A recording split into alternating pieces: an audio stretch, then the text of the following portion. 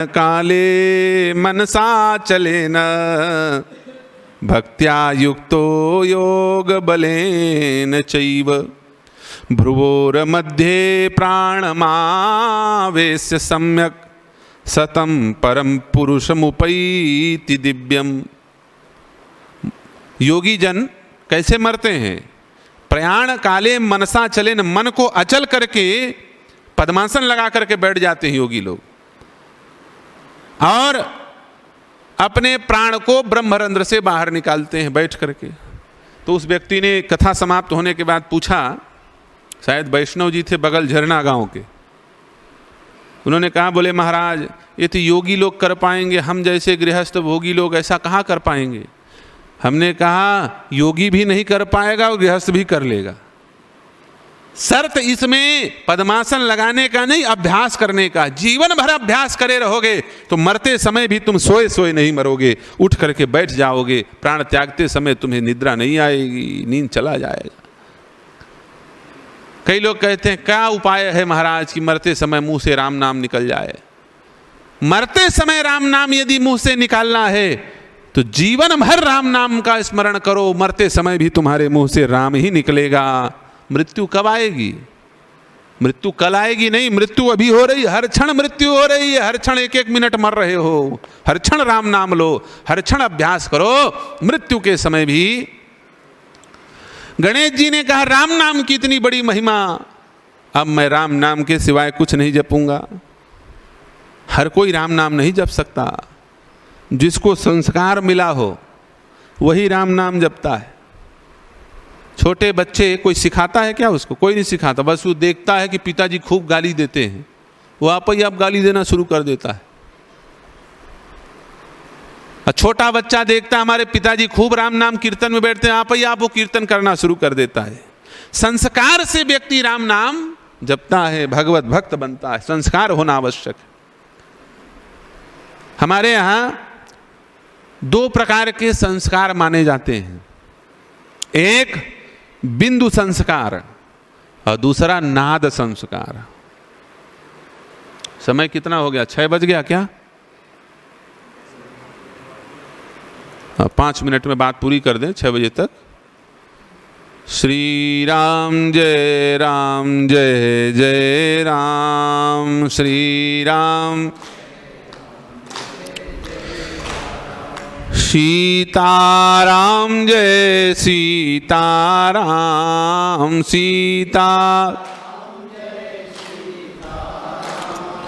सीताराम जय सीताराम, सीताराम जय। श्यावर रामचंद्र भगवान की।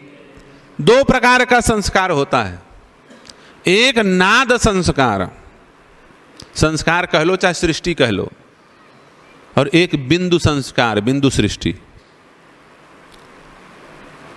नाद सृष्टि और बिंदु सृष्टि।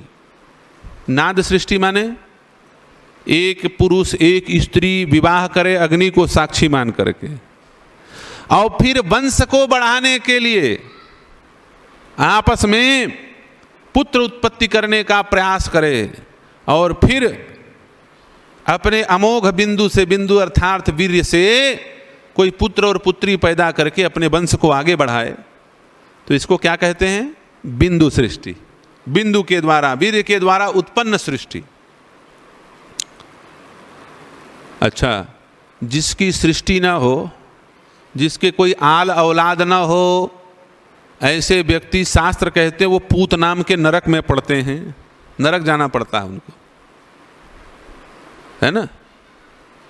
पूतत्रायते, पूत नाम के नरक से तारने वाले को पुत्र कहा जाता है। क्या कहा जाता है? जो उसने जन्म लेकर के आपके पिंड श्राद्ध इत्यादि करने की गारंटी दे दी हो, ऐसे उत्पन्न होने वाले पुत्र को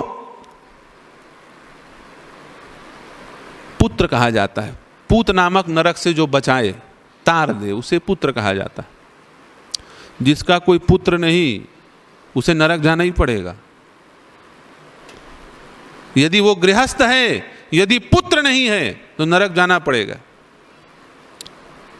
अब आजकल बड़ी विचित्र बात चलती है, तो देखो भारत के संविधान के हिसाब से ऊपर का संविधान नहीं चलता। तुम जाओ 302 काले ताजी रातें हिंद फांसी की सजा ये सुनाओगे, वहाँ यमराज के यहाँ नहीं चलता, वहाँ का अलग कानून है ना, वो शास्त्रों में लिखा हुआ है। आजकल कहते हैं बेटा बेटी एक समान। बेटा नहीं है तो कोई बात नहीं, हमारी बेटी अग्नि संस्कार करेगी। गलत, बेटी को अग्नि संस्कार करने का अधिकार नहीं है। बेटी को अग्नि प्रज्वलित करने का अधिकार है, हवन कर ले कोई बात नहीं, चूल्हे में अग्नि जला ले कोई बात नहीं, लेकिन मृत्यु के समय किसी व्यक्ति के अंतिम क्रिया अग्नि संस्कार को करने के लिए अग्नि प्रज्वलित करने का अधिकार उसको नहीं है शास्त्रानुकूल। बेटा बेटी एक समान कहते हैं, ये भी गलत है। बेटा और बेटी एक समान नहीं हो सकते। राजा और भिखारी एक समान हो सकते हैं क्या?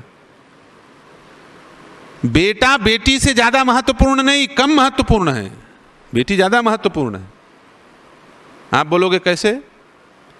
बेटा यदि सुपुत्र हो तो अपने कुल को तारेगा, लेकिन बेटी यदि सुपुत्री हो गई तो अपने कुल को तो तारेगी ही तारेगी, साथ ही साथ अपने पति के कुल को भी वो तार देगी। दो कुल को तारने की जिम्मेदारी बेटी के अंदर होती है, इसलिए बेटी ज्यादा महत्वपूर्ण है।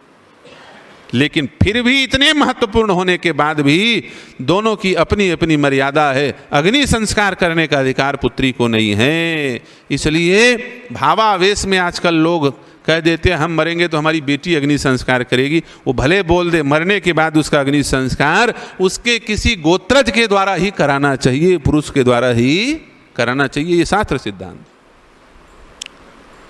तो सृष्टि दो प्रकार से चलती है। एक बिंदु सृष्टि, अब जिसके बेटा नहीं है उसको मुक्ति नहीं मिलेगी, या तो कोई बेटा गोद ले ले, या फिर कोई परिवार का भतीजा वगैरह उसका अग्नि संस्कार करे तब वो बच जाएगा, जो पुत्र लगता हो रिश्तेदारी में। आप कहोगे महाराज हम लोगों के तो ले दे के कोई ना कोई मिल ही जाएगा, आप बाबा जी का क्या होगा? आप कह रहे हो जिसके बेटा नहीं उनकी मुक्ति नहीं होती, तो आपके तो आगे पाठ पीछे सपाट, कोई नहीं है। तो हम लोगों की भी मुक्ति होती है, हम लोगों के भी बेटा होते हैं। उसको क्या कहते हैं? शिष्य। गृहस्थों में बेटे पुत्र को बेटा कहा जाता है, और विरक्तों में शिष्य को पुत्र कहा जाता है। शिष्य गुरु का पुत्रवत होता है। कैसे बनता है वो? वहां तो बिंदु से पुत्र बन गया, और यहां नाद से पुत्र बनता है। गुरुदेव राम नाम का नाद जिसके कान में कर दें वो उसका बेटा हो जाता है।